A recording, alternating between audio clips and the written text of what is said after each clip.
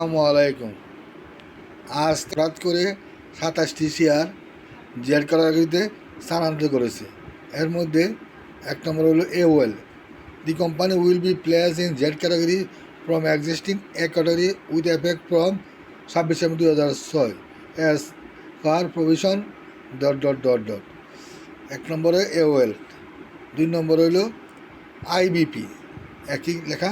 3 নম্বর হলো বিসেসারি, 4 নম্বর হলো দেশ গার্মেন্টস, 5 নম্বর হলো অ্যাডবেন, 6 নম্বর হলো KPCL, 7 নম্বর হলো PDL, 8 নম্বর হলো ফরচুন, 9 নম্বর হলো EPGL, 10 নম্বর হলো BFS Trade, 11 Shepherd, 12 SK Team, 13 LRBDL,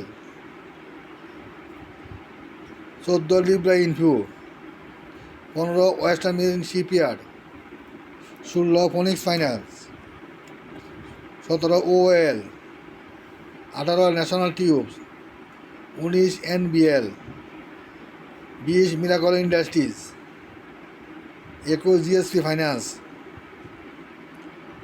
22 Far Chemical, 23 Central Pharma, 24 BD Thai, 25 bell ageing, 26 Atlas bank, 27 হলো আনন্দি বা ইয়ান। এই 27টি শেয়ার আজ থেকে জেড ক্যাটাগরিতে লেনদেন হবে।